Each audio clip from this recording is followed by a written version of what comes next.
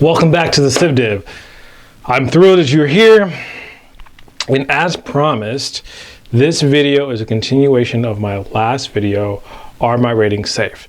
So if you haven't watched that yet, I highly recommend that you pause this, go on and watch that real quick, so this will have a little bit more context for you as I get into the rules. In this video, we will dive into the rules that govern either protection as designed or reevaluation of conditions, depending on what kind of condition you have. And again, in my previous video, we went over the two types of conditions that the VA looks at. So again, pop over if you haven't seen it. But as I've mentioned in previous videos as well, we are on the road to 50,000 subscribers. And with that, we are doing a 50,000 subscriber giveaway. The top giveaway for that is the $2,000 plus other exciting gifts and prizes. So if you're not a subscriber yet, hitting that subscribe button could be your ticket to win. Now, we don't have a whole lot of subscribers. I think we're sitting at around 34,000 at the time of this video.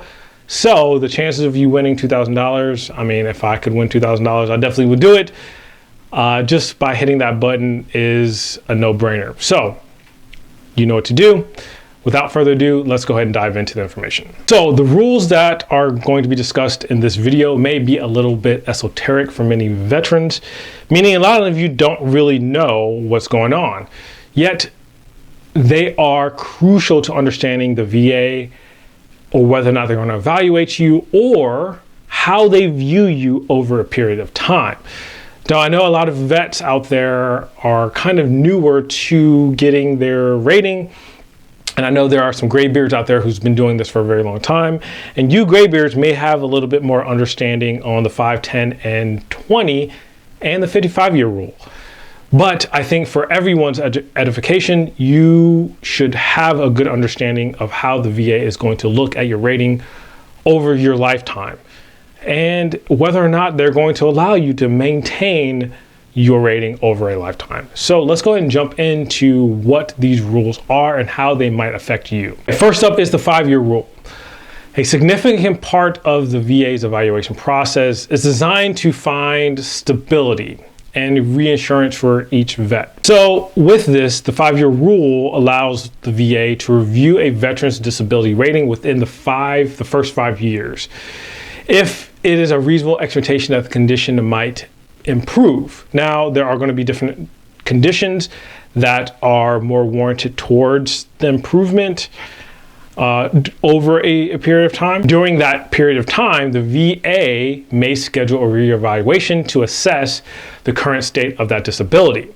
However, once a rating has been in place for 5 years or more, the VA cannot reduce the rating unless there is a clear and convincing evidence that the veteran condition has significantly improved and likely to remain improved. So, although this rule may seem strict, it offers a potential benefit for veterans. The conditions suitable for this rule are those dynamic conditions, right? Such as strained skin conditions without scarring, tinnitus without arthritis, and any other conditions that exist in very specific conditions, right? So say cancer, once cancer is gone, then it becomes a static for the residual symptoms after the cancer has been eliminated, which can improve over time. So there is a possibility of improvement and more favorable ratings in the future. So when it comes to this rule, there are some loose rules to how they're going to evaluate those conditions. So if you have a dynamic condition in the first 3 to 5 years, they will attempt a routine evaluation to monitor for anticipated improvements. So remember, those dynamic conditions are conditions that may improve in the future. And as you can imagine, there are some people who fall through the cracks because if they were able to evaluate everyone, that would be very cumbersome on the VA machine. But it does happen. So be prepared if it does happen to you, and make sure you have the evidence trending over time to show that your symptoms are continued. So we have the 10-year rule.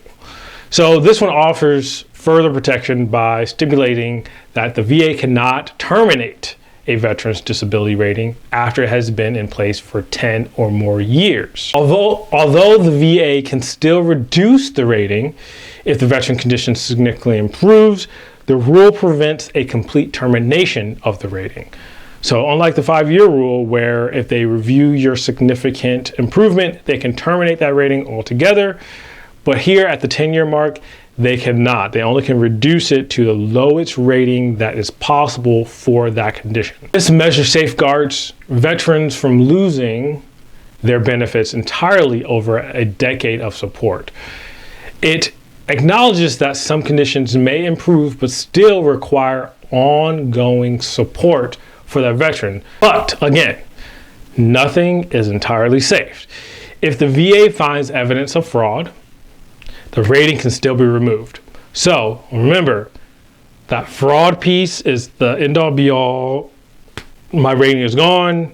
I may be charged with something with fraud, and the VA might ask for the money back. So I know we are harping on fraud. I know Clay has come up with a few videos talking about fraud, but fraud is becoming to be a big thing. I don't know if you guys have noticed, but the VA has upped their hiring on 1811s, which are criminal investigators, and their whole job is to find vets that are frauding the VA. So again, just we're foot stomping this fraud thing because it is a real thing that the VA is looking at. And the 20-year rule is up next, and it provides the highest level of protection for long-term disability ratings.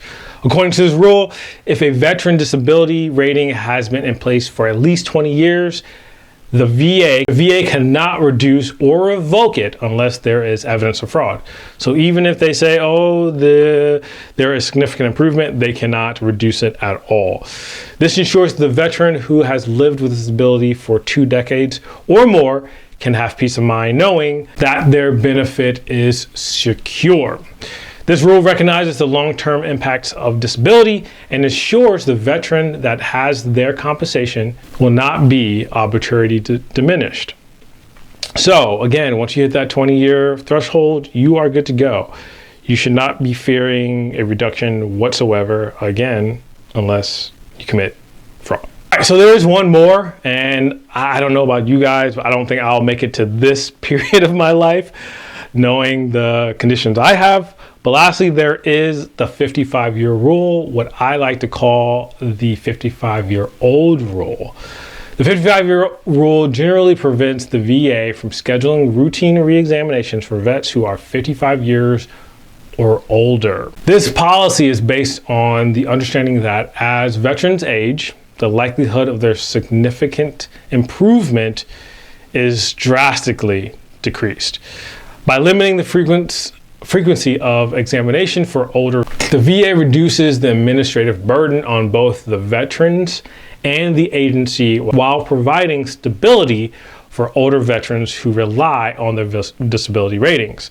Really, at the time, right before you are getting ready to retire full-time, depending on if you retired in the military or not, you're about to hit 62, so this is 7 years away from fully retiring, and the VA understands that the VA disability rating that you have been collecting over the last decades, probably at this point, is economically seared to your body, and you are in need of that for foreseeable future, pretty much. Okay, so that is all for the rules that kind of govern reevaluation or protection for specific disabilities.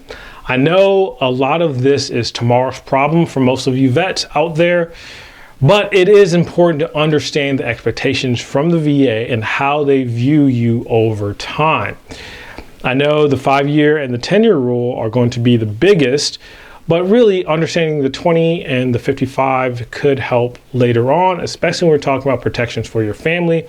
So for you 5-year guys who just got out of the military, or for you guys who are 3, 5, 6 years out of the military and just now receiving some of your disability ratings, just know that there is a chance for you to be reevaluated, and make sure that you are maintaining your VA appointments. I know a lot of people tend to, when they're trying to develop their VA disability claims, they go to the hospital a lot. They're really, really good at meticulously collecting their evidence, but then once they get the rating, they just stop, right?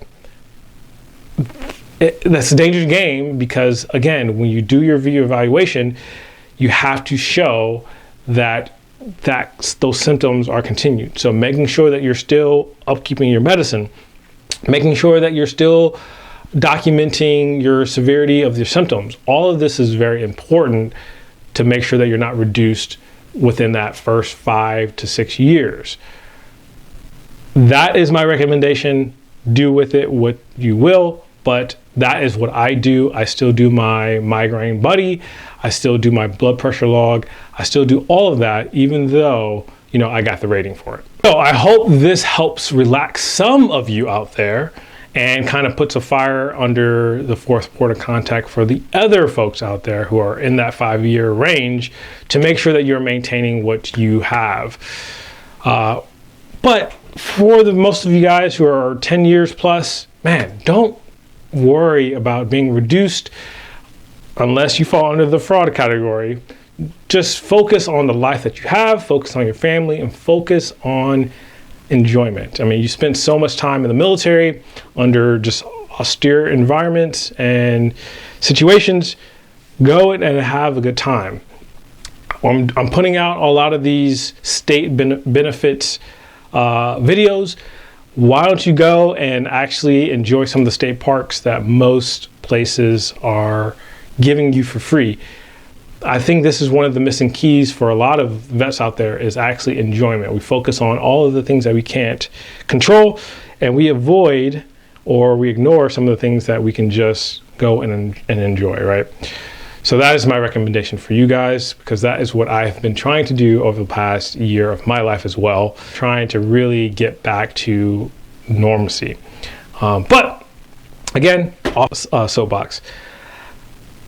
As always, this is Jay with TheCivDiv. Stay informed, stay resilient, and I hope to see you next time.